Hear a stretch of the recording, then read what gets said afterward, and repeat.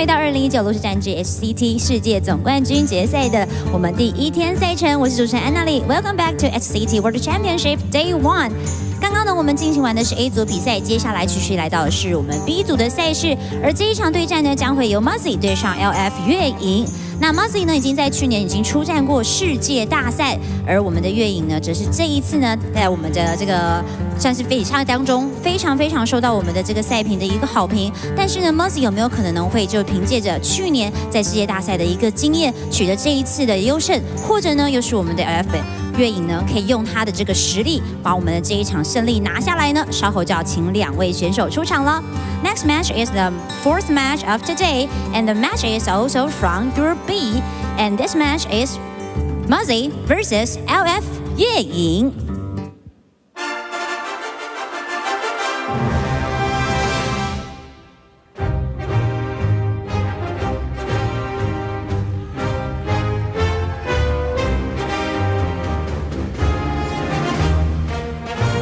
Okay, gentlemen, please shake hands with each other. Gentlemen, please come to the center and shake your hands. Thank you, and please take a seat.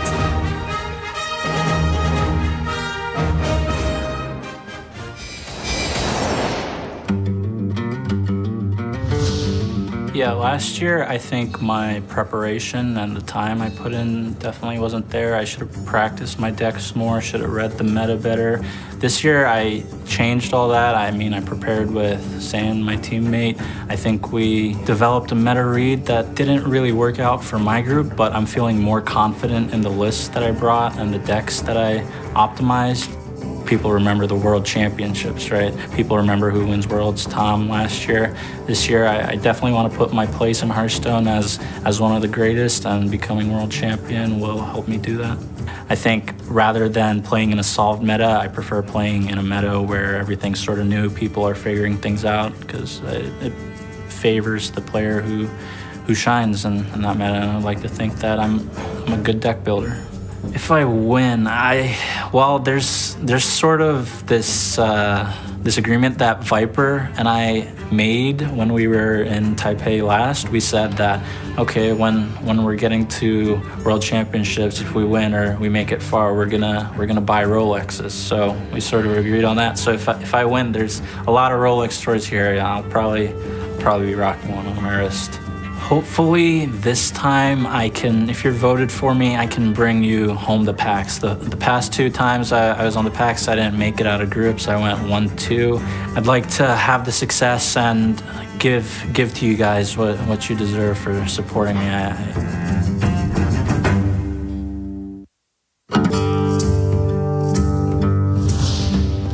大家好，我是来自 LFyueuing 俱乐部的LFyueuing。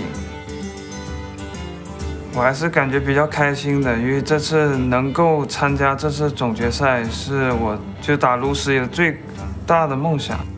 我还是比较有信心这次能够拿到冠军的，因为我们国服的话有3位选手参加这次比赛，而且我们准备的卡组也比较充分，所以我觉得应该可以。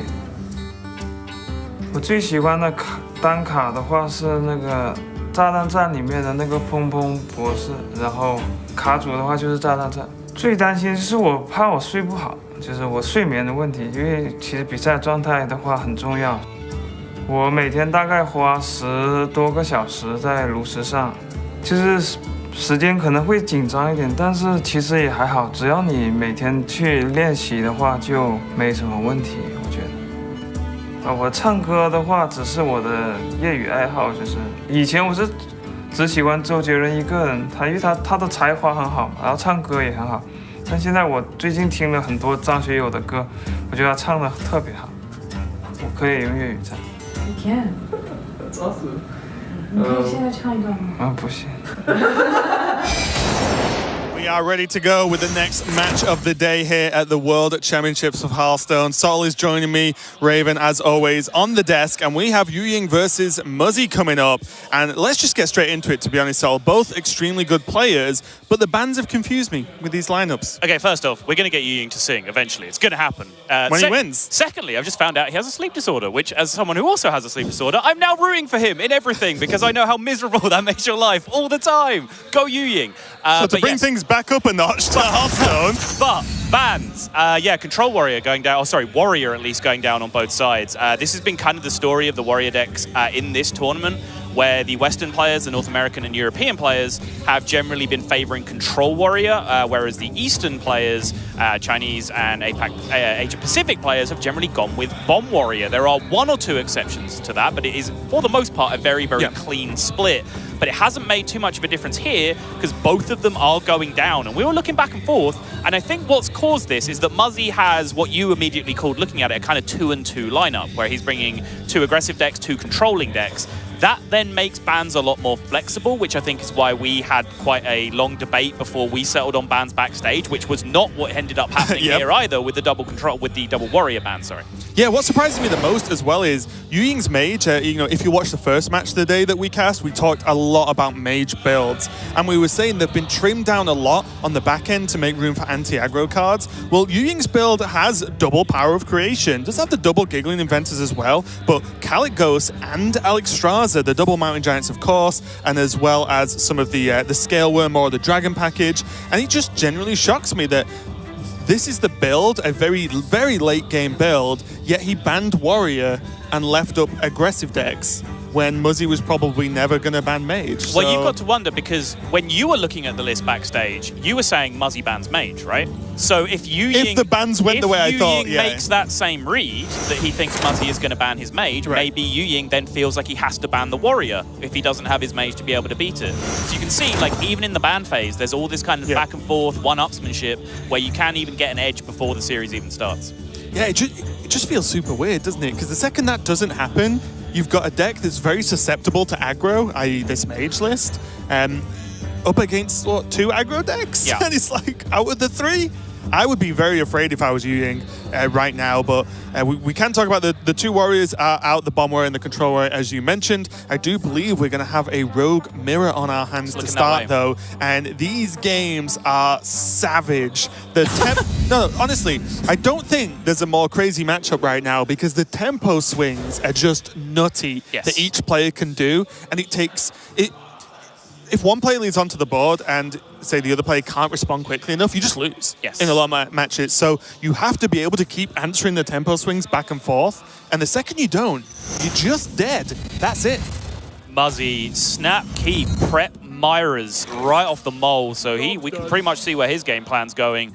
But yeah, I totally agree with you. It is a very explosive matchup back and forth. And I think Waggle Pick is a key card in this matchup for very different reasons than it is in most matchups, because it's so swingy. When you're playing Rogue against a class that isn't Rogue, you have a lot of privilege as the Rogue player, so you can often just afford to equip your Waggle Pick on 4, swing it at face, start pushing damage through. When you're playing against another Rogue, if they then answer that turn efficiently, like if they have weapon destruction, for example, and they tempo out like Ooze plus a 3-drop in response to your Waggle Pick, you've then tempo swung yourself by essentially sapping one of your own minions, and that can be very hard to recover from. So Waggle Pick on 4 is something that you do have to be very careful with in the Rogue Mirror. Typically, you need the Dread Corsairs to support it if you're going to be going for that kind of turn in the Rogue Mirror. Right, and both these deck lists are extremely similar, although there is HCT bringing High Sparrow Togwaggle, whereas Muzzy stops at Myra's for himself. But in general, these are the more aggressive versions. You won't see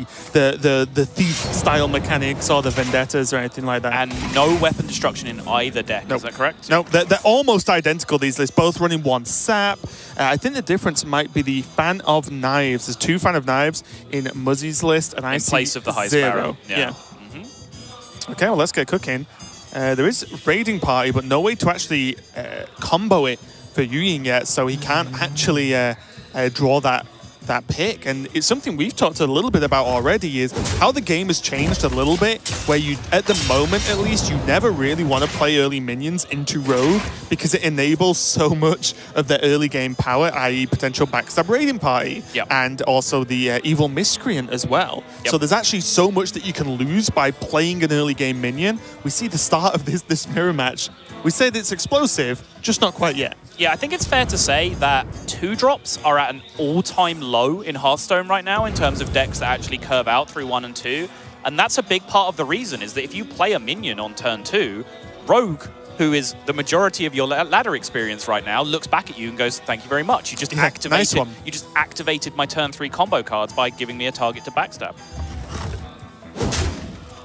Okay, well, see what happens here. The coin with the prep as well on the raiding party. This is suddenly just switched on this whole deck, and now we start to see the fireworks explode.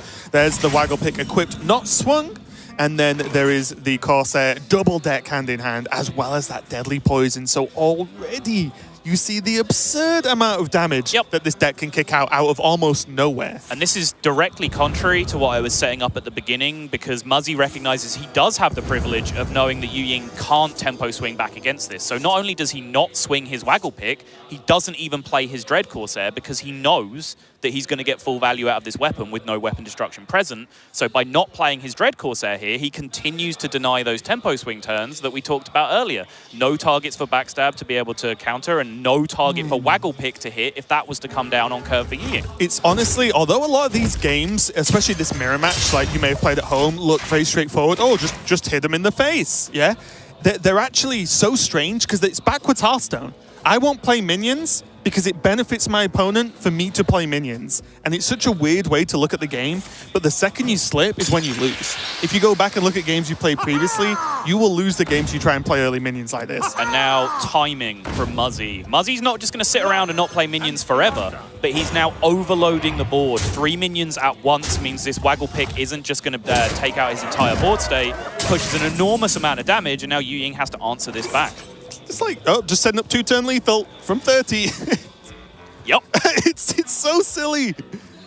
And now, that, like you said, it's just all about tempo. And the problem is HCT now has to respond and gain somehow. And Rogue is a pretty good class right now. But when, as you said, Muzzy's timed it extremely well to go wide, it is very difficult to do. And suddenly, Eviscerate's been used, Backstab's been used. There's a 3-3 or 2 3-3s now on the board. And HCT's going to have to swing this weapon and doesn't actually kill off the 2-1. Yeah, I like it. I don't really see what benefit killing the 2-1 there gives you. It protects your 3-3 from Fan of Knives, I guess, is the number 1 reason, but you take an additional 2 in the process to try and prevent 6, but you're also not pushing the damage. So in terms of like net damage loss going swinging both ways, you kind of break even if your opponent has the worst possible answer. Really nice just tucking that Hench Clan in behind the Corsair as well, because it's normally a target that everyone's used to seeing it on turn 3, but now even late, it's kind of awkward to deal with outside of an Eviscerate, and every point of damage that your opponent doesn't use on your face makes you just that little bit safer, especially when I half joked and actually it was true, was Muzzy was setting up just basically a 2-turn burst to actually kill HCT off. And this is where there's been a lot of criticism of Hench Clan Thug, and it's not a card I personally favor in Rogue because it clashes with really what you're trying to do with the deck. When you have Hench Clan and Waggle Pick down together, Hench Clan wants you to attack with your weapon every turn. But if you attack with your weapon every turn, you're going to bounce your Hench Clan Thug back to your hand and completely waste your own time. This is the kind of hand where Hench Clan Thug is incredible still in Rogue, because HCT can continue to buff this Waggle Pick with Greenskin and keep trying to push damage with Hench Clan Thug. And if it gets to the point that you've gone through 3 charges of Waggle Pick, well, your opponent's probably dead if you've still got a Hench Clan Thug on board. So the bouncing it back to your hand part of the equation is just not relevant. And this is the difference now. HCT can hold on to that pick, whereas Muzzy cannot. And also, HCT does have a sap available to him, which means at any point, he can just skip a minion for Muzzy. If there's and a Corsair in the way, Muzzy had to trade a 6-attack weapon in. HCT can just go, oh no, get back in the hand, boom, there's more damage to face. Right. And now there's a health feed. This Waggle Pick number 2 plus the Leroy on Muzzy's side is representing lethal over the next 2 turns here, though. But because the Greenskin's been dropped down as a threat, Muzzy can't develop the pick here and clear the Greenskin without taking damage, which is what he'll be trying to do. Can he...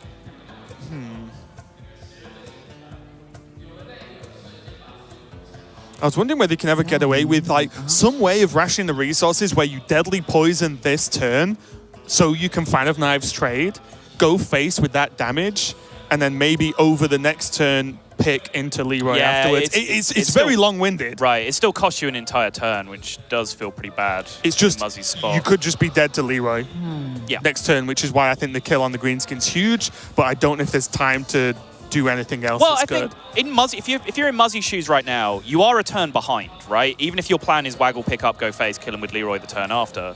If HCT has Leroy, you are a turn behind that working anyway, so you just lose. So I think if you're Muzzy, you have to live in the world where your opponent doesn't have Leroy, because that's the world that you can win in. Right. Okay. They're just going to go for it. Yep. Just going to set it up and say, let's go, see who has what. And we can see that HCT, in fact, does not have Leroy right now. The Vis would do it, though. Oh, is that one? Oh, if he bounces the deckhand or the SI, then he will have lethal. I like those odds if I was HCT right now. Yep. And as I said, the matchup is absolutely savage, and it just became a face war this time with just those two very powerful tempo the plays. green skin's green. Oh! The 1 out of 3 bounced. The one that HCT did not want to see back in his hand. Oh, and that now, is brutal. And now, I don't think there's anything he can even do from our point of view. Nope. That is savage for the Chinese player. 67% chance at lethal. Saps the SI, and all that means is that Muzzy doesn't have to go through the rigmarole of trading it to guarantee his Leroy bounce, and he doesn't even need that. He's just got straight up lethal. Absolutely insane there, and you see how close, especially what, not exact 30 cards for 30 cards, but the mirror match becomes when those turns are played out. And both players, I think, played very well. And had their timing points down to almost perfection. And I want to highlight that because it's very easy as an onlooker to look at that game and say, oh, Muzzy got lucky. And he did. I don't want to deny that fact. But he put himself in the position to get lucky. You heard me talking about it. He can't beat Leroy from his opponent.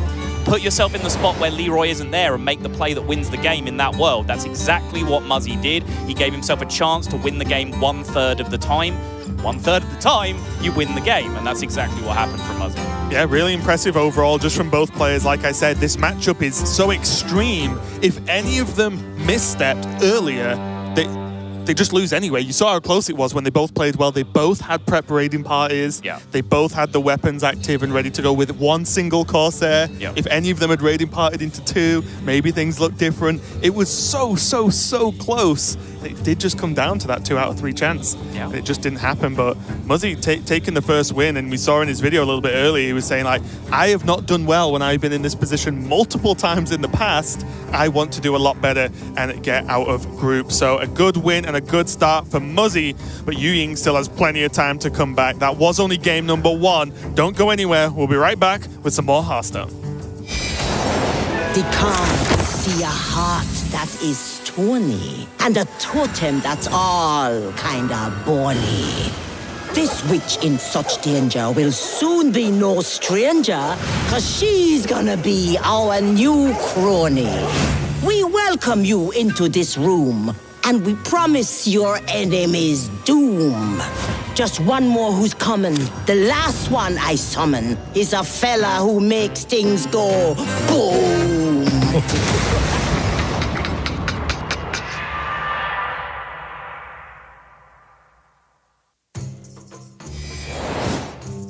大家好，我是来自 LF 的月影，我是来自中国。我的性格是比较的，可能算是内向，就是如果跟不熟的人的话，会说话比较少，但跟熟人就会比较放得开。我唱歌的话，这个的话就是当你一直输，你可以用唱歌来缓解你的就是那种负面情绪，然后让你接下来的比赛或者是天梯的那种排名的对战中可能会更好。这就算是我自己的爱好吧，就是比较喜欢。然后表演的话也应该不算，就是我可能直播的时候会唱一下歌，就是只是哼一哼，也不会说刻意去唱。Would you be willing to sing just a small excerpt of a song? 就我比较内向，所以我在镜头前我可能放不开，所以我觉得不太好。对。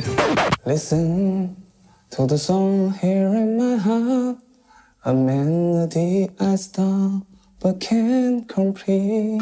唱歌一般都是在我直播中，就是我在天梯中上分的时候，如果打的就是有一段时间的连跪，然后会影响我之后的心态嘛，所以我会通过唱歌来缓解我的情绪，不然我会就是一直憋在心里。上一个让我特别开心的事嘛，我觉得只有炉石才能会让我特别开心。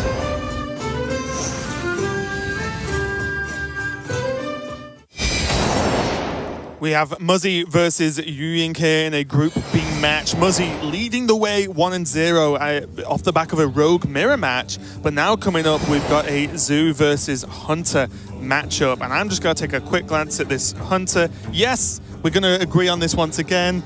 We don't like the deck song. I actually have it written down as Bad Hunter in my notes. He actually does as well. That is no lie. I'm reading it right now and it says Bad Hunter. All right, like more balanced perspective. I was talking to TJ about this backstage, and he's right in his assessment in that we're watching it come up against the lineups that it didn't want to face. The one warrior that it's hit, which is one of the matchups that the Hunter players are really looking for, has been a more aggressive bomb warrior, which then, you know, kind of got there too quickly. The control warriors are going to come out in force potentially tomorrow in the alternate groups. So we might see this Hunter record pick up a little bit further, but so far, what we've seen is it only really wins the mirror, and it even struggles to do that. Which is a funny statement in itself. But Hunter currently 2-6 in score today. And we're going to see how it goes up versus Muzzy's Zoo here. HCT, not a bad opening hand, though, with the spring pot, you know, the choice of 1-drops and even the 2-drop into Unleash the Hounds. So there is some pretty good openings there. We have seen some openings with a little bit, I would say, for Hunters. But Muzzy, not really got a bad opening himself, with the kind of difficult to get a bad opening when you're playing so many 1-drops in a deck. Yeah, 3 1-drops in his opening hand. No surprise. 1-drop Muzz. That's what they call him. Called him that for years. Okay, so Mekaru is going to fill out this turn 2 as well if Muzzy wants to just go a little bit wider, and I don't really see why not. Solly doesn't have the mana to do anything with Solarium, and Direwolf Alpha doesn't really do much except push 1 extra damage. Right. And also because the only minion that would suffer from HCT's board state here would be the Mekaru, but it still leaves behind a 1-1, so even that's not the end of the world. Yeah, you might still be encouraged to trade just to stave off, you know, Timberwolf options from your opponent, to you just losing your Flame Imp that way. Yeah, you get to push 3 though. You do. And if they play a Timberwolf on 2 and nothing else, I'd be pretty okay with it. You're not wrong. I don't disagree with anything that you're saying right now. Just presenting options. Oh, okay, Muzzy, let's go for the trade. Sol wins this round. Another Shimmerfly for HCT, but now he does have the Spring Paws. They're going to be very flexible, and it's, you know, this card's just going to be in Hunter till this card rotates, in my opinion, or at least in any Beast Hunter, I'll say. Yeah. Because just the 1 mana, just 1/1 rush is so powerful to just react to the board. Yeah, and then when you factor in other cards like Direwolf Alpha and Timberwolf and Scavenging Hyena that all have just such incredible synergy with it, it's a card with, you know, a lot of flexibility, very little downside, and huge upside when it comes to some of the power plays that you can bring out with it. Yeah, this is the bit where it gets tricky, though. Like, questions start to be asked as to what's HCT's overall plan. Not so much for this turn, as I said, that, you know, the Lynx is very powerful. But for the next couple of turns, there are options. But you need to, I feel like you have to squeeze that Master's Call in, and maybe trying it sooner rather than later is a good idea. Yeah, I can see it, because you definitely want to go fishing for a Timberwolf sometime soon when you have that Unleash the Hounds in hand. Yeah, I mean, it's one of the weak points of Zoo, isn't it, right now, is that they can't really deal with a singular big minion unless they already have a massive board. Unless they have, like, a Magic Carpet in play, Yeah. And even then, it costs them a lot of resources for just a 2-drop. Yeah.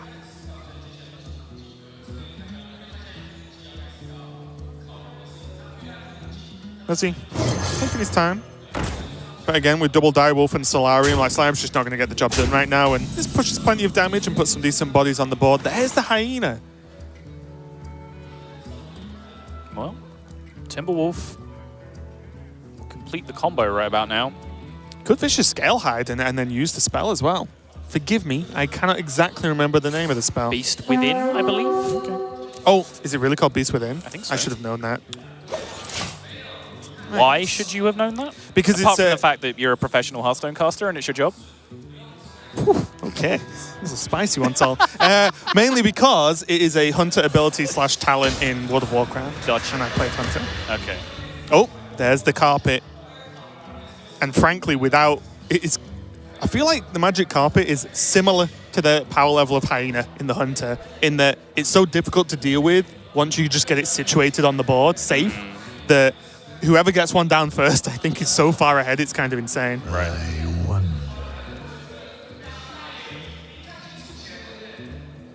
Now, is Muzzy going to get the correct board placement for this direwolf? That's the question Twitch chat are asking right now. Where would you suggest the correct placement for this direwolf is? That was the point. Okay. I do like that positioning has really come back in a big way in this expansion, because direwolf's being played, and the faceless lackey is very important where you place it. Just in terms of if direwolf comes out of it, what would you like to have the attack buff? There's a betrayal being played at this World Championship. Yeah, and positioning against rogue is very important because they can discover betrayal so often, even if it's not in their deck because of the spell lackey. Okay, HCT, show me what this hunter can do, because you've drawn a lot of cards, you've got a lot of beasts, and now you've got Unleash into Hyena. Now the question is, if this is not good enough, right, then surely the deck is not good enough, right? Because this is what it is built to do 9 times out of 10. Gonna have 6 health on this Hyena when it's all said and done, I believe, yep. And reduce the power on board quite dramatically, because the minions being killed at direwolves, then the chances of trading up is pretty low. That's not gonna get there. He needed exactly Flame Imp off the top to be able to clear this off this turn with the Magic Carpet. Abusive Sergeant Abusive would have done it as well. Yeah, you're right. Ooh. The Solarium was going to allow him to find those options as well still. Something you'll like. Go on. I didn't realize, because it was a one-of, a cheeky Soulfire in this list I know. from Muzz. Isn't it a beautiful thing? Yeah. Also, the Microtech controllers as well, not super standard, but you see it creeping in recently, like last few days, I'd say. Yeah, there's a lot of players saying that, like, Microtech controller plus Sea Giant is just kind of like the package, you know? Right. Like, those cards should go in decks together if you're trying to build a Sea Giant deck, and if you're looking to kind of prey on other tokeny decks by, counter-swinging against them with Sea Giant, then that's kind of the go-to build. I feel like Muzzy needs to get lackeys and hope they're the good ones, to be completely honest, to help with this Hyena. Muzz agrees. Yeah. Not what he's after. Yeah, faceless. Those would summon a 2-drop and evolve he's ended up with, and that's not what he's looking for. Probably the 2 worst. I mean, it's very situational, but in this spot... Yeah, for this one, for this. He's looking for, like, spell discovery, maybe, find himself a Soulfire to try and take care of it. Even deal 2, the +1 rush just helps doing extra damage to the board, because what I was worried about is you go lackeys, you get what Muzzy got, and then he has to go wide. Right. And even though, yes, there's only 1 Unleash left, there is still Spring Paws, there's still Tundra Rhino, so there are charge minions that can impact a wide board, potentially, and then just buff this Hyena even more. Right.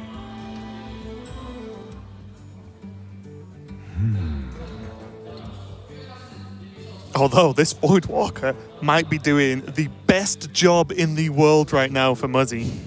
Well, I can still connect for the 14 this turn if he wants to. It's just the amount of attacks it ends up soaking because of the way the minions are shaped. Yeah. I don't mind it though. Actually, maybe just hitting for 12 and playing 2 Scale Hides instead. A little bit safer. Might be better. Just consolidates board a little more as well. You have to consider, again, this match is really tricky because then you have to consider Sea Giants. Yeah. He's going to trade. He's going to double up on Hyena and just use these Spring Paws to trade instead. Yeah. Actually, now that I see it, I take everything back. And this is probably the most robust play across the board. I'll rewind time just a little bit. 1 Soulfire, not 2. Yeah. Only 1. So if you make 2 big Hyenas, well, he's only killing 1 of them. Nice play as well. He uses his beast with him. Okay, Sol. What 2 drops would be sick here to evolve into? It's a great question. I don't have the answer. No. It would just have to be like a 3 attack thing. Hogsteed? Rushman? Oh, that's true, yeah. I guess on the same merit, Scale Hide. Uh-huh. Bear in mind, summoned minions do not get the buff off Magic Carpet. Right. So easy comparison, Unleash the Hounds would not buff through Magic Carpet, and same with the Evolve tokens too. Yeah. I wonder.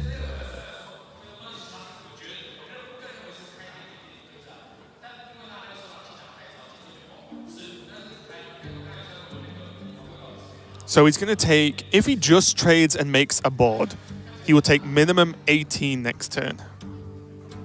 Yep.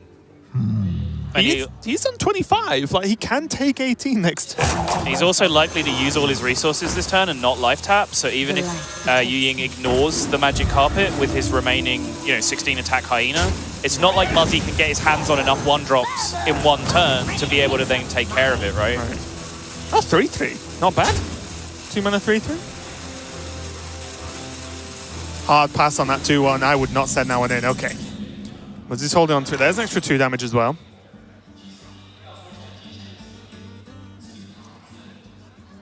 He has 22. I don't see any more than that. Wait. You can just smash 2 Scale Hides into the 3-3. Yeah. It push 2 each, and then 2 from either Hatchet I think or you Hero do that, Power. right? Do you? Oh, you got... How much damage are you expecting? Well, you're not going to die next turn, right? You put your opponent to 4. 1 Voidwalker's already dead. But if you don't take... Yeah, that's what I was going to say. I think you just actually take good trades with the Scale Hides, because if you just leave all the power on board, you're asking for this Hyena to get cleared. And if this Hyena gets cleared, you can still kind of lose the game from that position, right? Well, you can put them to, what, 3 or 4? You jam them in? 3, yeah. And then you have So Hatchet Hero Power. And like I said, one Voidwalker's gone. Maybe. And I believe, I'm just going to quickly check before I sound really silly, there's no other taunts in the deck. So there's a 1 Voidwalker to stop you getting lethal, and they cannot kill you. It was worth considering. Yeah. There's the package, as Sol call them.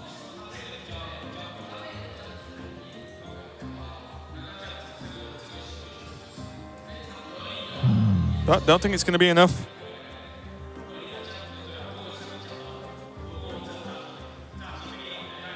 Muzz just scanning all his options to try and find a way out, and he decides that life tapping is not going to find him anything better than this. And you do see why these 2 cards are considered so naturally synergistic. 3 mana play puts 3 bodies on board, meaning that it's technically free alongside that Sea Giant, but HCT just needs any source of damage, and he has it with the Tundra Rhino.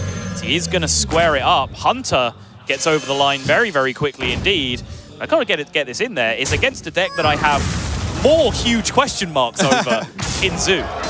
Yeah, and bear in mind, I think the huge importance to this deck is drawing Unleash the Hounds is so important. Obviously in this matchup where Zoo wants to go wide, but without drawing that card, your deck does pretty much nothing. But the idea is, obviously, with trackings or whatever, with a singular tracking, should I say, from HCT, that you can maybe fish to it for long enough, and Master's Call does thin your deck from a lot of beasts as well. But yeah, HCT evens it up and gets away on this Hunter, bringing the overall score to 3-6 for Hunter today so far. So we're in there. Still bad, but not as bad. HCT's doing some work. Yeah, and I think maybe there's a little bit of a disservice. There are some early game draws where you do get Spring Paws, Headhunter's Hatchet alongside Timberwolf or whatever, where you can just stall Zoo for long enough that maybe your mid-game starts to take over. But yeah, for sure, Unleash the Hounds is definitely going to be a key component of winning that matchup. Double Scale Hide is definitely nice in that matchup specifically as well. A sprinkling of healing and also just the on-demand. I think it's kind of nutty, nice, in this expansion how important Rush is now. It's become from a mechanic that was like, no, this is okay a little bit. Like, this is okay, but can I just have charge, please? Blizzard like, no, you're not. So HCT is going to even it up 1-1 versus Muzzy, getting a win with that Hunter, but there's still plenty more to go. And the big question of, is this Mage deck going to get a win versus a very aggressive lineup? We'll be right back with some more Hearthstone, so don't go anywhere. More World Championships coming right up.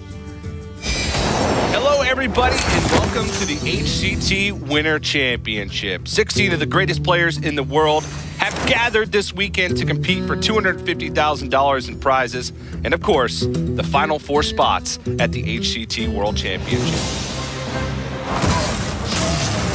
I know that this might be my last HCT experience, so I I did prepare a lot, but I was a little bit nervous. Now is the time that I can completely focus on Hearthstone.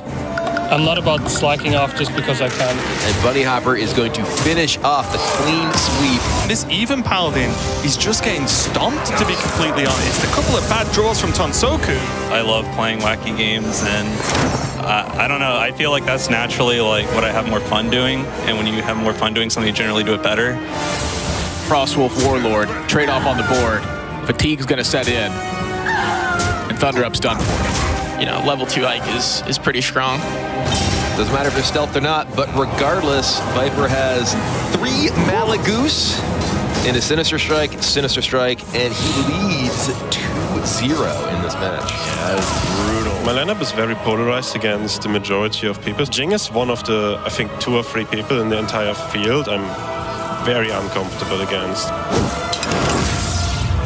The quarterfinals. Worlds spot on the line for Jing in this one. Viper's already going through the Worlds. And his play, honestly, looked pretty impeccable to me throughout this. I am extremely impressed with Jing and a wonderful representative for China in the World Championship. Yeah, it's going to be Roger versus Definition. Puts on the Doomsayer, but that's not going to do a darn thing. Which means that Roger is going to end this game, take the series 3-1, and move on to the top 4 with a spot at the World Championship. The semi-final. Bunny Hopper doesn't even need to draw more cards. There is nothing Jing can do about these constant pings, and there is the concede. Roger, he will end that struggle. Mind Blast the face, ping, Mind Blast, and that is it. Roger is moving on to the finals. This is it. Bunny Hopper versus Roger. Bunny Hopper looking for his 2nd seasonal title in just this year. And Bunny Hopper just scraping to try to stay alive. Concede. 2-0 for Roger. Malagos. It's the only minute. That's the only minute. It's Velen and Malagos. Those are the only 2. Velen and Malagos. Yeah, Velen and Malagos. Only minutes in the deck. That's it.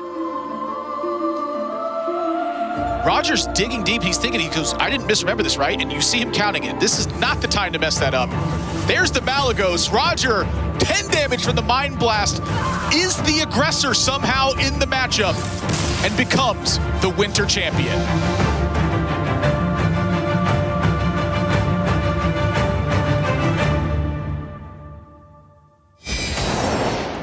We're back with Muzzy versus HCT. Everything is even, 1-1.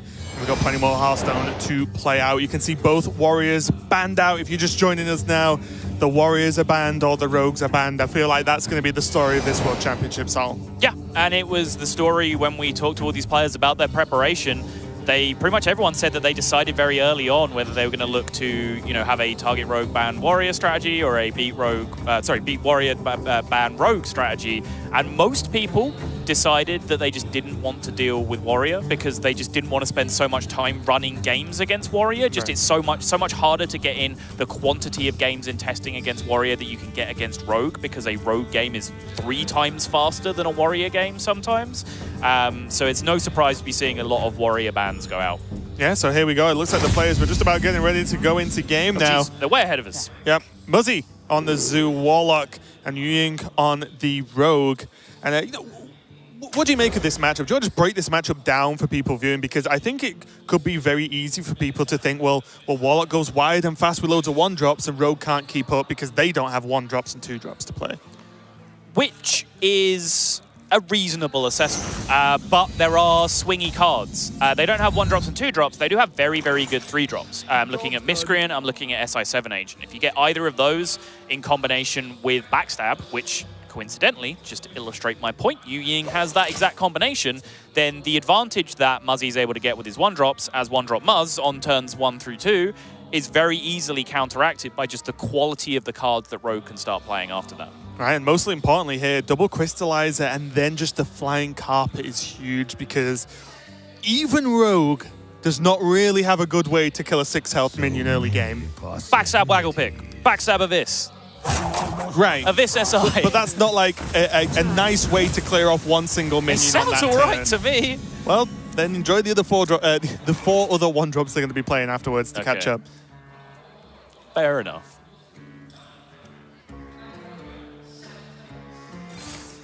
That's where the game gets a little bit tricky as well, and something that feels harder and harder to work out is when and how to utilize a dagger when you have a waggle pick in hand. Yeah. Are you waggle picking on 4? Do you actually wait? Should you wait? Do you need to do it sooner? If so, do you swing the dagger because it's going to be gone anyway? All these questions are very difficult to answer, and you could miss a lot of damage by doing them wrong. Yeah, there's a lot of important things just going on in that dagger pass turn, unbelievably. Which, by the way, I know like the best deck in the game is always going to be hated, and people will always assume that the best deck in the game is like brain dead and easy to win with. And there's a certain amount of truth to that, because if a deck is powerful, it's kind of by definition easier to win with.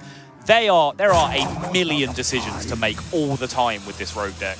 And just to illustrate that, like, somewhat obviously, he's not backstabbing this 1-3 this turn because he wants a combo activator for his Evil Miscreant on the following turn. But then beyond that, we go into what you were talking about, where he doesn't swing his dagger, even though he's curving into Waggle Pick on 4, because he's thinking he's probably not going to play Waggle Pick on 4, because after his turn 3, where he potentially activates his Miscreant or plays his Hench Clan Thug, he's then going to go the other way round and go Lackey Hench Clan or Miscreant Lackey on turn 4. Right. So his Waggle Pick isn't necessarily going to come down that fast, therefore save the dagger charges. Yeah, and it's funny because you touched on it. It was like, okay, so, you know, he's going to play the Miscreant on 3 with the backstab. It's like, well, is he? He might play Hench Clan. Right, so yeah, exactly. That's a completely different path as well. Yeah. So it is very difficult because, look, even if a deck's full of powerful cards, you can only play so many a turn, so you've still got to work out which powerful cards you do want to play. He did go for the Hench Clan swing, and now we're going to wait. So now the backstab can't be used on the 1-2, and he still has the backstab Waggle Pick, he has the backstab Miscreant, and a Lackey the turn after, which is why I never really mind it being a little bit delayed, because the Hench Clan on 4 feels worse than a Miscreant plus Lackey on 4. Well, the other way around, he would have gone Hench Clan plus Lackey on 4, right? So it's kind of comes out in the wash. I think most importantly, what this does for him is allows him to punish Magic Carpet if it comes down, right? Because he then has exactly that backstab Waggle Pick turn we were talking about before to be able to take that out. Yeah, and the key for me, I meant in terms of which one's better, is just that you can attack with the beefy Hench Clan versus getting attacking with a 1-attack minion instead. So the attack being front-loaded on the Hench Clan feels better, but here is the Microbots with Grim Rally as well, and this board just suddenly got very, very wide and a bit beefy as well. Muzz just shipping it all downtown. Yeah, you don't play with a Hench Clan Thug, do you? So now, HCT does have the opportunity to tempo swing here. Backstab on the 3-2. Deckhand looking pretty sweet too. He gets 2 damage. He doesn't. He does get the rush. That's a big board swing. He could have deckhanded anyway. If he, you know, he didn't need the Lackey, although playing a Lackey above the deckhand's probably better. Now that, as you said, he can do the rush. He wants to wait. Huh, okay. Is he considering the potential need for the Tog Waggle in hand? I don't necessarily think so. I just think the deckhand is less flexible because he can just use his dagger that turn, and then the deckhand is like used, right? Like, whereas if he uses his dagger that turn, he doesn't necessarily want to commit to re-dagger or Waggle Pick on the following turn, so his deckhand might not necessarily have charge. Sure. Always feels nice though making a minion that can't attack, which is always good for that rush. Yeah, but he can like always do that, just even if he does it with Witchy Lackey next turn, right? Yeah. Like he has 2 Lackeys in hand, so it's always going to get rush. And also, just a side note, a lot of the time I've played that Goblin Lackey for just +1 attack. It's more damage to face. Yeah, get him. So kind of exactly what I was talking about going into this, right? Like you saw Muzzy just get what looked like a fairly insurmountable lead, but suddenly the quality of the cards that HCT was able to play to try and catch up has now put Muzzy in a pretty sticky spot. Backstab's a really good card. It's not bad. I'm gonna just go wild with that prediction. I have seen worse Hearthstone cards than Backstab. That is for certain.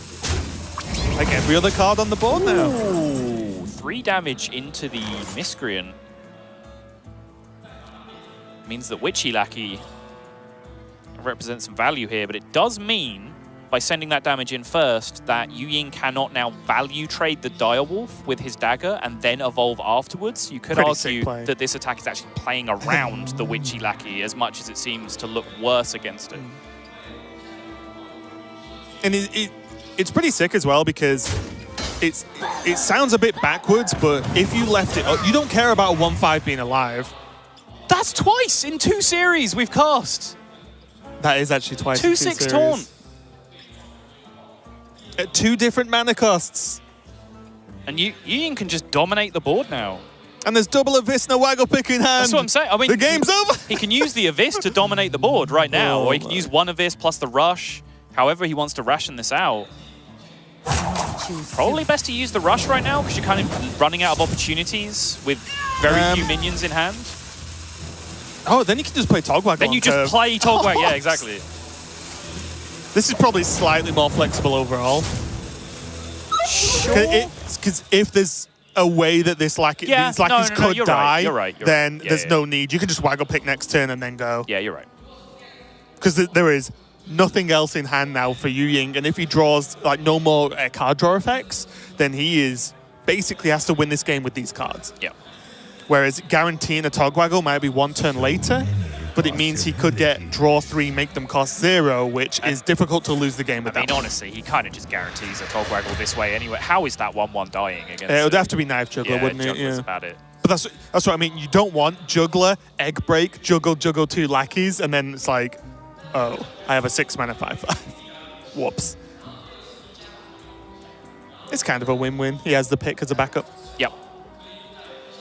Now, this is the problem with Magic Carpet. At this point in the game, if you're behind, it takes a long time to get you ahead, purely because it costs 3 mana, which is expensive for the Zoo Warlock. Right.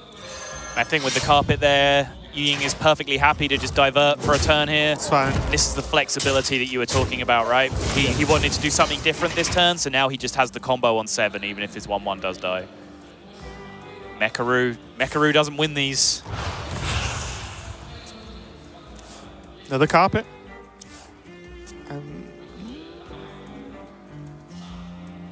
It's just not really a huge amount of gas, is You it? have to just carpet double 1-drop. What does that achieve? Well, Muzzy's nowhere near dead.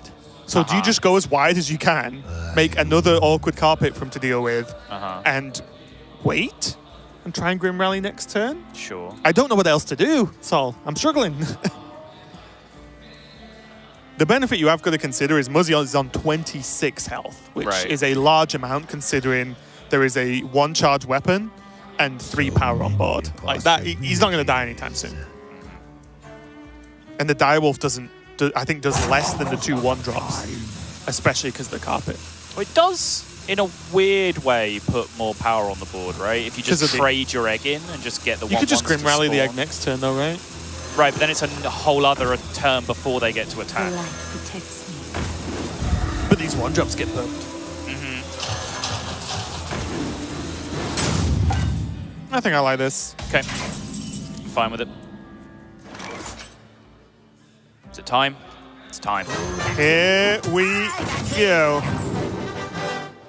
Going for the Wondrous Wand, which, as I said, just in case you don't know the treasures you can choose from, the wand is probably the most, on average, best pick. And it is 3 mana, draw 3 cards from your deck, and make them cost 0 forever. There is no time limit on them. Even in the next game, they still cost 0. Yeah, some people like to lose this game just so they can have 0 costs in the next You can take a break from Hearthstone, come back 2 years later, and they still cost 0. But they'll be in Wild, so it doesn't matter. Wow, shade thrown at Wild. Wild fans, at Ravencast on Twitter. Yes, interactions. So yeah, there's the Grim Rally, just making the board as big as possible. And this Juggler actually might do amazing if you can hit that 2/4. It is upsetting that happens in the bad order for you, though, isn't it? Well, that's also upsetting for Muzzy. Just one Jug, just get rid of this 2/4.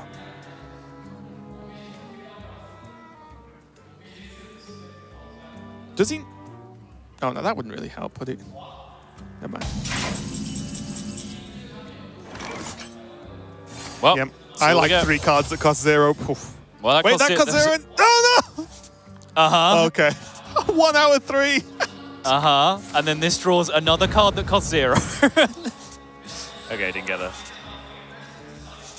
Oh, so now, how safe do you think HCT feels now? Because he could just go Greenskin Taunt and go face. Yeah, see, I actually wanted to rewind and like talk about the legendaries pick off the Togwaggle there as well, because I think that was an option where you just dump some legendaries on the board, go face, and you have lethal set up. Definitely an option. I've been stung too many times personally, though, by that card. Uh-huh. They are never Ragnaros. They are always Lore Walker Cho. But I mean, just, you know, a couple of 5/5s or 6/6s or something. They didn't have to be spectacular in that spot. I don't even get those. Okay, fair enough. Trust me, I get like Thalnos, Lore Walker Cho, and a Millhouse Mana Storm. Hey, a couple of 4/4s. Sign me up. 3 mana, 2 4/4s. I think drawing a million cards is great too. Sure. Oh my goodness. The pick into a 1-1. Sorry for popping down the mic then. I apologize, but that was pretty nutty. Yeah. So Ewing actually went the complete opposite of what I would have suggested of just going face, going wide, and just saying, let's go. Decided to hyper trade instead. Kind of reasonable. I guess the idea, especially with the sap in hand, is like, well, what can Muzzy even do now? Exactly. what problem can Muzzy pose that I cannot solve? Tap. And then... So many. Package. Tell me more. What? What about his package? No, Microtech controller, so don't put words into my mouth.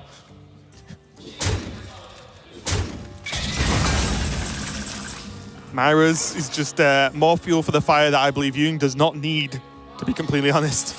The sap on the Sea Giant. It's probably going to just put a... Giddy up, Greenskin, let's go. Yep. Put an end to this game, to be honest. He doesn't even need to, right? Yeah. You can just Greenskin next to it, it's only +1 damage. Yep, I don't mind it. Oh, 9 mana. The way to turn to get that +10 attack. Looked up the definition of greed in a dictionary, you would just have a transcription of that sentence from Raven right there. You had so many other card choices.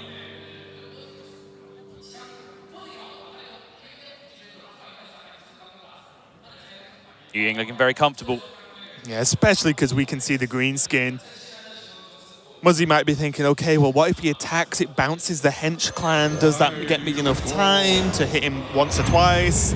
But then we can see, well, actually, it doesn't bounce because Ewing, if he so desires, can make this pick +1 durability and also hit for 7. He's just missing 1 damage, so can he Raiding Party into a deckhand? I'm wondering if he Myra's first. Yeah, so Myra's first because he can then pick up, like, Sap, which gives you the perfect answer to the Giant. Leaves you completely safe, and since he picked up the prep as well and another 0 mana Dread Corsair, he can just do everything. Prep, Sap, Dread Corsair, and Greenskin this turn. And I think Muzzy's only response in that position is to reach forlornly for the bottom right of his screen and hit that concede button. Yeah, slight mistake on my part. I didn't even think about Sap because I made an auto assumption that everyone runs 1 and he actually runs 2. He sure does.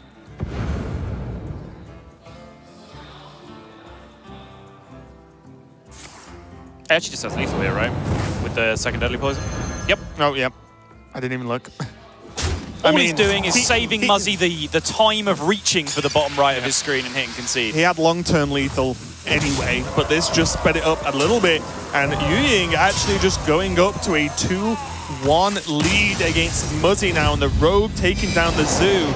And again, I feel like the more we will see Rogue throughout the day, throughout tomorrow, throughout this whole tournament, people will, if they didn't already, truly understand the power of that class right now. Yeah. I feel like it can almost do everything. Quick shout out to Ewing at the end there, because it was possible to throw that lethal, because for months and months and months and months, we have had it hardwired to attack before we hit with Hench Clan Thug, where in that position, of course, you get stuck in that thing we were talking about in the previous series. Hench Clan Thug can then get bounced back to his hand, he misses the damage. But under pressure, gets it all right with the rope burning, finds the lethal, and goes out to a lead against one of the players highly regarded as perhaps one of the best players in the world. Certainly one of the most influential players in the world. Someone that everyone, at least in North America, looks to for advice. Yeah. Advice on deck building, advice on, reviewing their play in tournament and helping them improve. Muzzy really is at the pinnacle of, I want to say a father figure, but like a leader of the NA scene. Yeah, if he speaks, you listen. Yes. Right, and that's just a fact. And that's everyone from top-level pro player, the casters almost certainly do, and even just mid-tier players who know about him and have watched him play. If he just tweets something out, a deck list, an idea, or he streams, you should watch that because you just will learn something. That's just a fact. Right. But I will say, Ewing, I said to you a little bit earlier as well, I feel like out of the new wave of Chinese players that we've had in the past 12 months, he stuck out to me as just the most sort of steady as a rock kind of player. He just gets the job done. He just plays well, and he just gets it done. I really wanted to pick him for this event. I ended up not doing so. I do think his decks are built the best out of the decks that are here. You know, regardless of what I think of Hunter, for example, I do think it's put together in a way that kind of makes sense for what it's supposed to do. You know, I then saw deck specialists reviewing the decks and kind of confirming my suspicions in that. And then based on his play at championships as well, I thought, okay, maybe HCT's a pick here.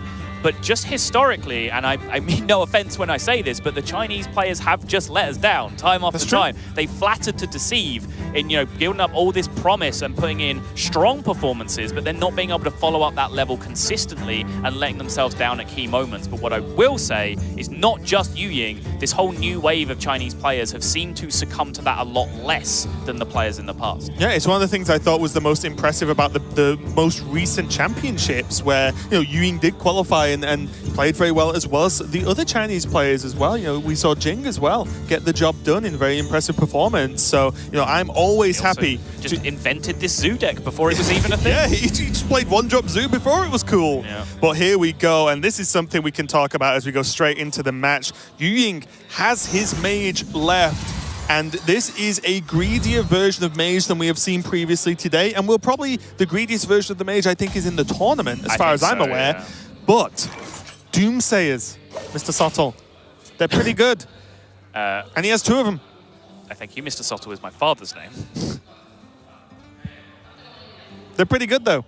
They're very, very drawing solid. 2 of them. This hand is about as much of the dream as HCT can pick up with the build that he has. Double Doomsayer, Fire Tree, Witch Doctor just to play out early here if he wants to. Voodoo Doll to be able to snipe out a Sea Giant if it gets to that point, and then Dragonmaw Scorcher just on token patrol backing all that up. And then as I was on that extended sentence, Ziliax comes into the hand just to round it all out.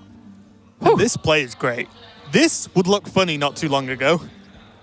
Because you've Doomsayed a 0-2 Death Rattle into minions, but this negates such a good turn from Muzzy. He can't just Evil Genius this to just gain the lackeys. He loses even more of his board. Right. So that Doomsayer, although looked a little bit weird, was very, very nice. But again, I can imagine, though, HCT being asked about this mage deck. Like, oh, you're a bit greedy.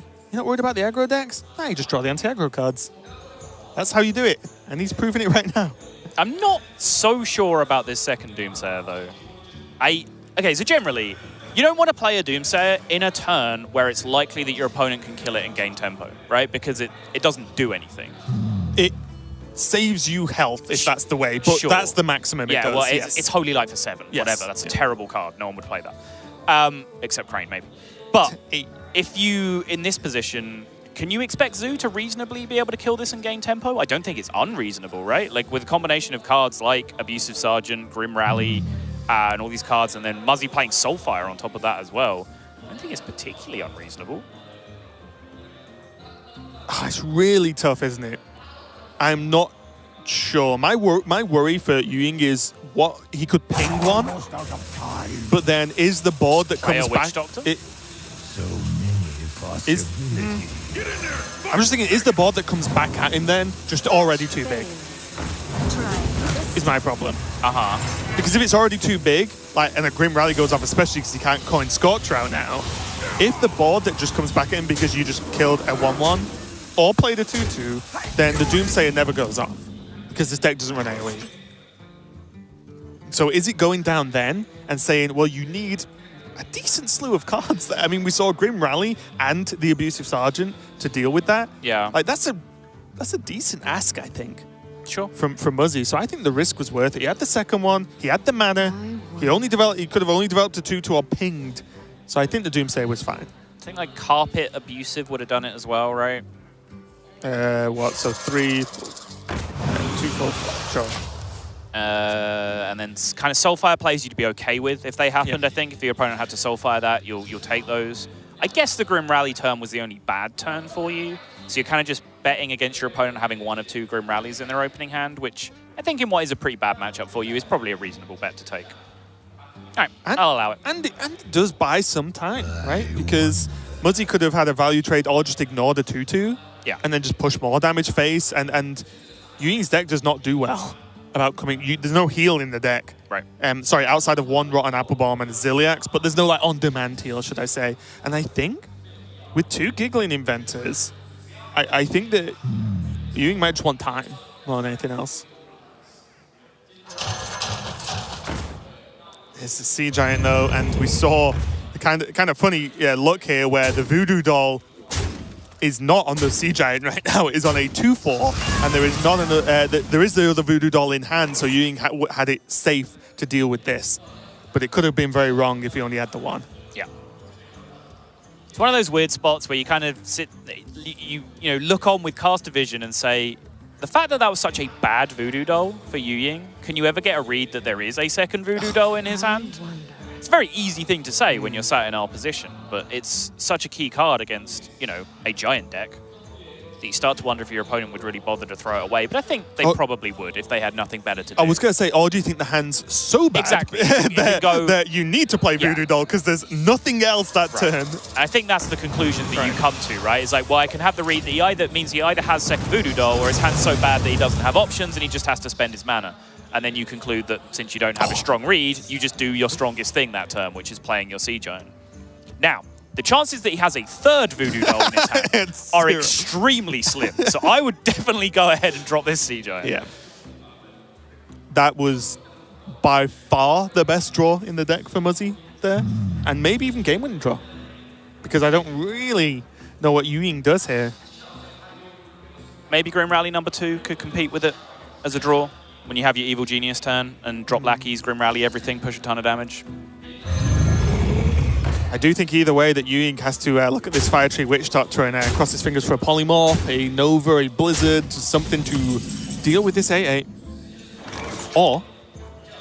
It's something to go back to on that Doomsayer discussion as well, because he did have the opportunity to look in the box of the Fire Tree Witch Doctor, like take a turn just to play it and see what came out, and then if he does get Blizzard or Frost Nova or Ray of Frost even, then that can potentially affect his later turns to get a Doomsayer down. Definitely tough. That's a lot of long-term planning. It is. But again, bad matchup. We're talking about the risk you take of just playing the Doomsayer and saying my opponent doesn't have good options. So... a few options here, but Coin Blast Wave is live now, and then Ewing can just take the hit and play Giggling Inventor. He could get Flame Strike, but I don't think that does enough because the follow-up this turn isn't good enough unless he plays Ziliax and hopes. How many minions would he overkill? Is it just the one this time? One, I believe, yeah. Yeah. But he doesn't need stuff, right? He's got stuff, he just needs the time to play it. Sure, but, if there were a lot, if all of these minions had 1 health, for example, and you have all these chances of like a miracle spell to get you out of trouble. But here, I mean, he already has the Dragon for the Crowd Roaster as well. Precision. He's gonna go for Ziliax this turn. If this was the case, was Flame Strike not better? Oh, is he going long term and thinking Blast Wave Scorcher? Whoa, that's ambitious. I just don't know when he's playing his Blast Wave now. Well, so to answer your original question, would Flame Strike be better? No, it would not really be any different, because even if the Giant is used to trade into the Ziliax, which is nonsense, of course that's not going to happen, but even if it did, then the Giant would still be an 8/5 and Flame Strike still wouldn't clear it anyway. So I don't think Flame Strike would have been any better than Blast Wave is here. I was just wondering if there's more buffs coming down, so Blast Wave doesn't actually clear the board. Sure. If you're not going to play it that turn. Again, there's only 1 Grim Rally remaining. Sure. Sometimes you just got to assume your opponent doesn't have all the good things. And 0 healing as well coming out of this second part of Ziliax because the Lackey just able to clear this off. There's the Magic Carpet getting the job done. And this is the problem. Once the carpet sticks and starts to get work done, you cannot stick any other minions. And this is the weird part though, because now Giggling Inventor sucks. That's why I thought that's the better argument to me for sure. I got there. The curve of Blast Wave into Giggling Inventor did seem to give you an opportunity where maybe there aren't enough attacks on board to be able to plow through, because whether it costs 7 or whether it costs 5, it's still 4 attacks that you have to allocate into the Divine Shields before he can get anything. But with a magic carpet on the board, that's all going to end up being pretty futile anyway. Whoa! One spell off the Paveling Wave, and he picks up... Oh my... What is it with Mage and World Championship, Sol? And now Power of Creation, like for Stegatrons, can potentially dig him out of this? Or even just Crowd Roaster. And then maybe that's enough based on what he plays. Because Rush doesn't do anything to HCT's face this turn. Muzzy just has to go wide. Yeah. I think Muzzy, when your opponent's playing a weird card in their deck, as Power of Creation has kind of become weird, it's unfortunately. cut. Yeah, it's cut from a lot of these lists. You do then kind of tend to naturally focus on a little bit when you're planning your turns. So I think he definitely will be considering the implications of Power of Creation here. No matter how many times you give Rush to something, no, it will not gain charge. No. Just getting the extra attack, though.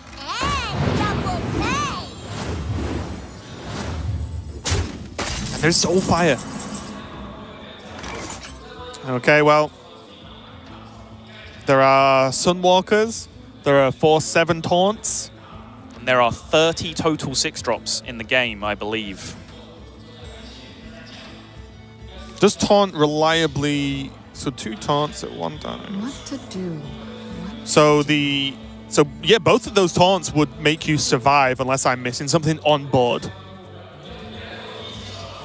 Yes. Because there are magic carpets, though. No, two of them, in fact. But only potentially 3 cards without Solarium. Yeah. All right. Rips it. Sunwalkers. Okay, snap pick. And now we have to see how Muzzy deciphers this. The Soulfire is the key one as well. Yeah. No 1-drops. Magic carpets suck. Muzzy drawing the high end of the curve of his deck here.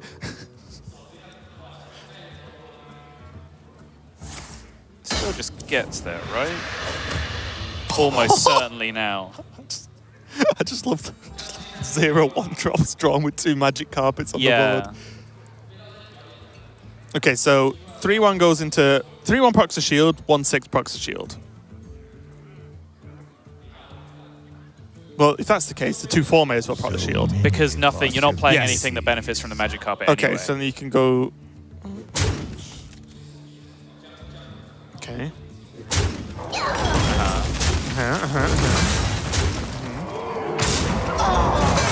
Oh, yeah, there you go. Okay, yeah, that's the easy way to do That'll it. do it, Yeah, instead of having to worry about breakpoints, just kill everything, get the 3 knives to go face, fire off the Soulfire. Makes sense. And Sol, we're never gonna hear the end of it, but Sol likes Soulfire. The players who like Soulfire have also won games of Zoo. All I'm saying Maybe you've got a point, Sol, okay? When an Archthief for farm is being played, the player that's blowing up is the Warlock. When a Soulfire is being played, the player that's blowing up is the Warlock's opponent. It doesn't get much simpler than that. I can't even, however much I would like to, it's one of the few things we agree on. Yeah. So Muzzy is going to even this up and get a win with the Zoo. And that's just going to make the next matchup Control Shaman versus Conjurer Mage. Yes. We've not even talked about the Shaman song. We haven't. It hasn't really come up too much. We've just started to see it sneak in the last couple of series. The Shamans have come out to play. We've seen, I believe, Language Hacker come out with his little twist on Shaman, but that is the key word, twist, because all of the players who have brought Shaman have somehow gone into their lab and come up with a completely different build of Shaman up to this point. Well, I'm very excited to see this matchup. It's one of my favorite decks versus this Shaman of Muzzy's coming right up, but we'll give you just 2 minutes to go and grab a drink. Don't go anywhere, though. We'll be right back. Now the cards show me a tinker, so clever, but kind of a stinker. In a storm that's a raging, sits the last one I'm paging, a truly unusual thinker. All bots are now gonna go boom, but still, you shouldn't assume that I've made this selection on my own direction. No, indeed, let's be clear. I have brought you all here, and now you're all in. It is time to begin.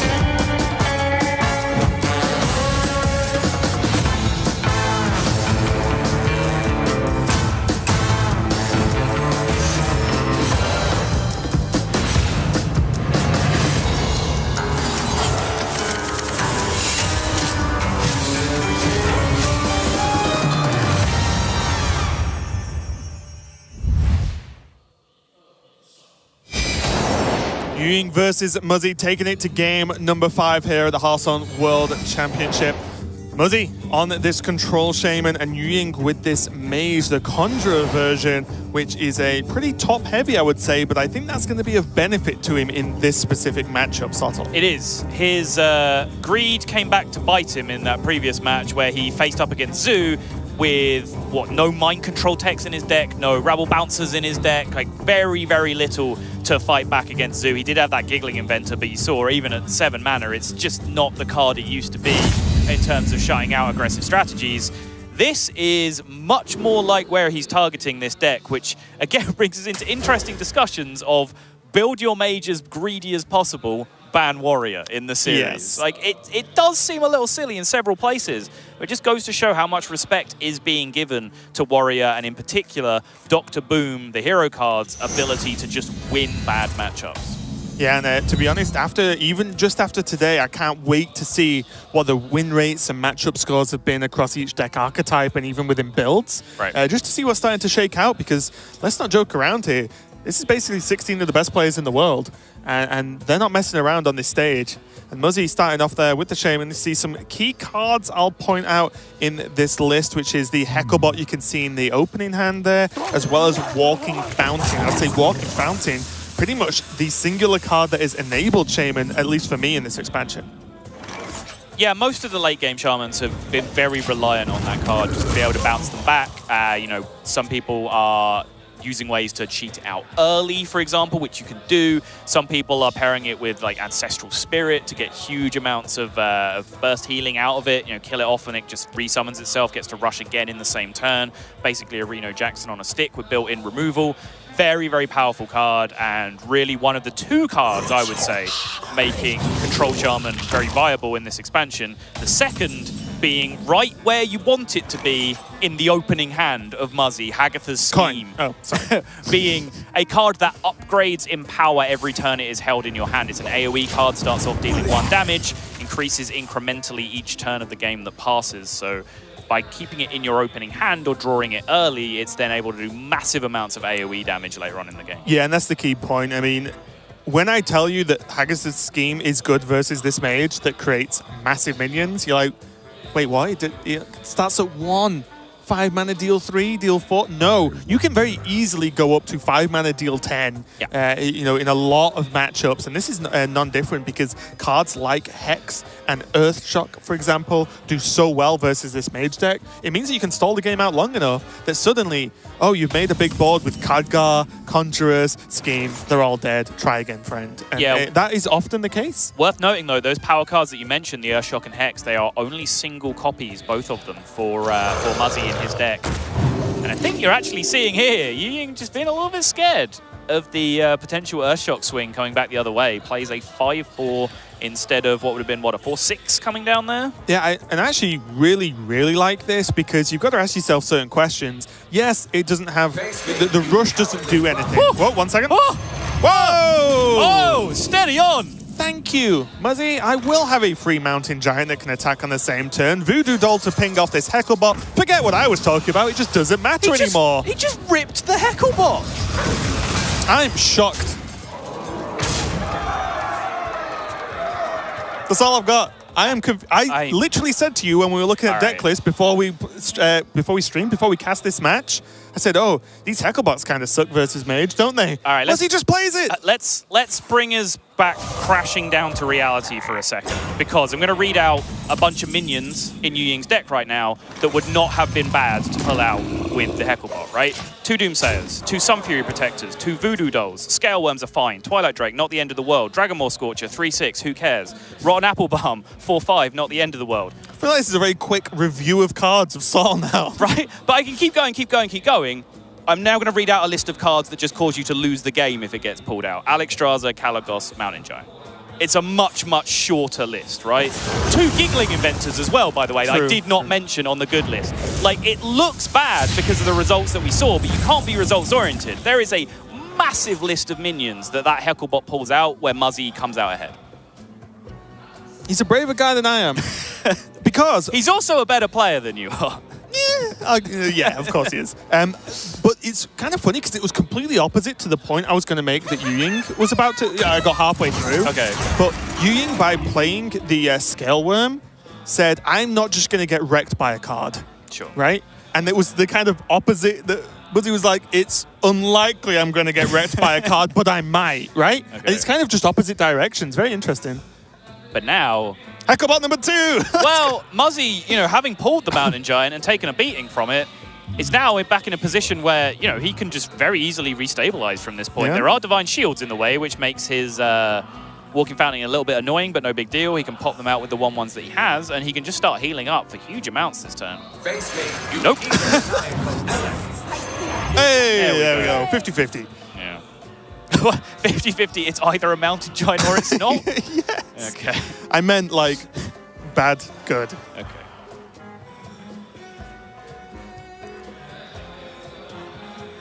One thing to note as well is outside of exactly Kalikos into something silly, this mage deck does not have burst damage from hand.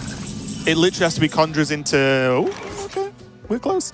Conjures into, say, Reckless Rocketeer, or even Power of Creation into those. So certain weird things have to happen to get burst damage. So Muzzy is like just never dead that turn, basically. He did take another big risk, though, by leaving the 2/1 up on board. That is an amazing Conjurer's Calling target. And you can see now, I think Muzzy will have the clearest read he's ever had in his life that there is no Conjurer's Calling in his opponent's hand. But you can see HCT is sat on Khadgar, which means there potentially Khadgar and the Conjurer's Calling would have been devastating. Speaking of devastating, you know that Drake that you held for a while, HCT, because you just didn't want it to get Earthshocked? Well, sometimes this happens when you do that. Might Earthshock the 1/2 to push 3 to face, you never know. But yeah, it is available with the coin, if Muzzy even wants to. Are you scared of that? Well, there's the read of no Conjurer's Calling, and also 4-drops aren't that scary, but I also don't really know what Muzzy's using coin for the rest of this game, right. So I think doing this is just fine. Agreed. And now, things might start come crashing down. Alex Straza your face, while you have heal for 8 just on the board and it only does 1 damage to begin with. This is the power level of this card. It's kind of absurd, isn't it? It just resets games.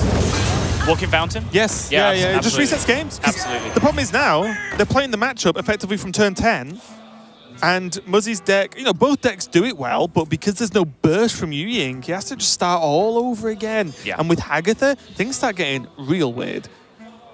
Real weird. Well, because Hexes come back, Earthshock's come back, even Bloodlust potentially. You're a pessimist, aren't you? Disguised as an optimist. Yeah. I just lose a lot, so I just know I just know what happens. That's true. Yeah, no, you're a realist. You just live in your sad reality. Jeez.